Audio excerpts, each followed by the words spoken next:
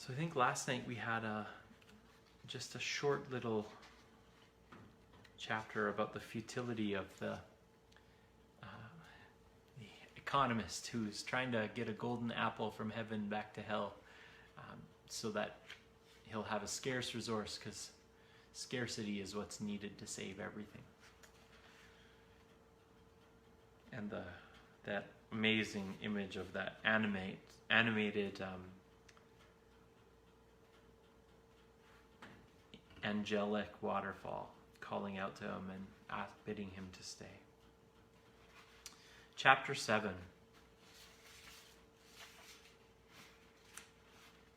Although I watched the misfortunes of the ghost in the bowler with some complacency, I found, when we were left alone, that I could not bear the presence of the water giant. It did not appear to take any notice of me, but I became self-conscious, and I rather think there was some assumed nonchalance in my movements as I walked away over the flat rocks downstream again. I was beginning to be tired. Looking at the silver fish which darted over the riverbed, I wished greatly that to me also that water were permeable. I should like to have had a dip. Thinking of going back, said a voice close at hand. I turned and saw a tall ghost standing with its back against a tree, chewing a ghostly cheroot. It was that of a lean, hard-bitten man with grey hair and a gruff, but not uneducated voice, the kind of man I've always instinctively felt to be reliable. I don't know, said I. Are you? Yes, it replied, I guess. I've seen about all there is to see. You don't think of staying? That's all propaganda, it said. Of course there never was any question of our staying. You can't eat the fruit, you can't drink the water. It takes you all your time to walk on the grass. A human being couldn't live here. All that idea of staying is only an advertisement stunt. Then why did you come? Oh, I don't know. Just have a look around. I'm the sort of chap who likes to see things for himself. Wherever I've been, I've always had a look at anything that was being cracked up. When I was out east, I went to see Pekin. Where? When? Oh, what was Pekin like? Nothing to it. Just one darn wall inside another. Just a trap for tourists. I've been pretty well everywhere. Niagara Falls, the pyramids, Salt Lake City, the Taj Mahal. Ooh, what was it like? Not worth looking at. They're all advertisement stunts, all run by the same people. There's a combine, you know, a world combine, that just takes an atlas and decides where they'll have a site. Doesn't matter when they choose. Anything will do, so long as the publicity's properly managed. And you've lived down there in the town for some time? In what they call hell? Yes, it's a flop too. They lead you to expect red fire and devils and all sorts of interesting people sizzling on grids. Henry VIII and all that, but when you get there, it's just like any other town. I prefer it up here, said I. Well, I don't see what all the talk is about, said the hard-bitten ghost. It's all good. It's all as good as any other park to look at, but it's darned uncomfortable. There seems to be some idea that if one stays here, one would get, well, solider and grow acclimatized. Oh, I know all about that, said the ghost. Same old lie. People have been telling me that story all my life.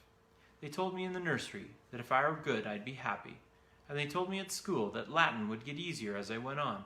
After I'd been married a month, some fool was telling me that there was always difficulties at first, but with tact and patience, I'd soon settle down and like it. And all through 2 wars, what didn't they say about the good time coming if only I'd be a brave boy and go on being shot at? Of course, they'll play the old game here if anyone's fool enough to listen. But who are they? This might be run by someone different. Entirely new management, eh? Don't you believe it. It's never a new management. You'll always find the same old ring. I know all about dear, kind Mummy, coming up to your bedroom and getting all she wants to know out of you. But you always found she and Father were the same firm, really. Didn't we find that both sides in all the wars were really run by the same armament firms? Or the same firm, which is behind the Jews and the Vatican and the dictators and the democracies and all the rest of it? All this stuff. All the stuff up here is run by the same people as the town. They're just laughing at us. I thought they were at war. Pfft, of course you did. That's the official version. But who's ever seen any of the signs of it? Well, I know how they talk. But if there's a real war, why don't they do anything? Don't you see that if the official version were true, these chaps up here would attack and sweep the town out of existence? They've got the strength. If they wanted to rescue us, they could do it. But obviously, the last thing they want is to end up their so-called war. The whole game depends on keeping it going. This account of the matter struck me as uncomfortably plausible, and I said nothing. Anyway, said the ghost, who wants to be rescued? What the hell would there be to do?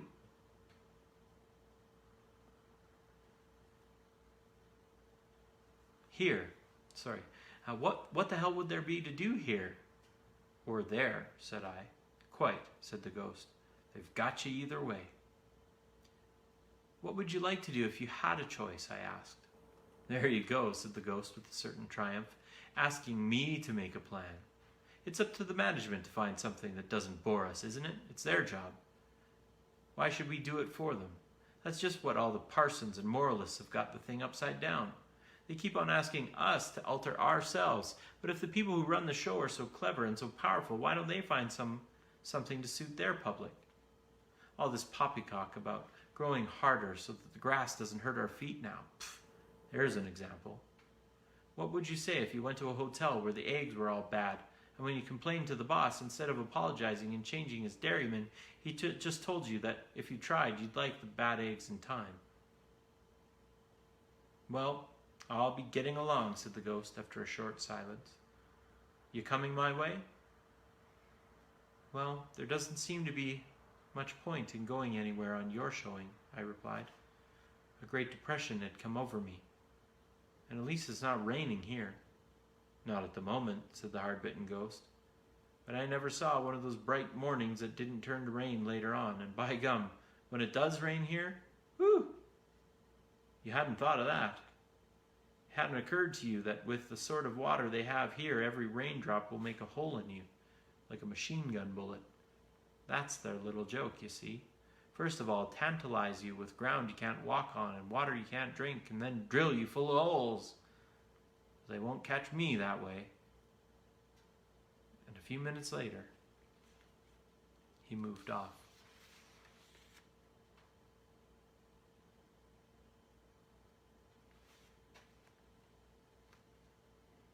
To be continued in Chapter 8. Good night, friends.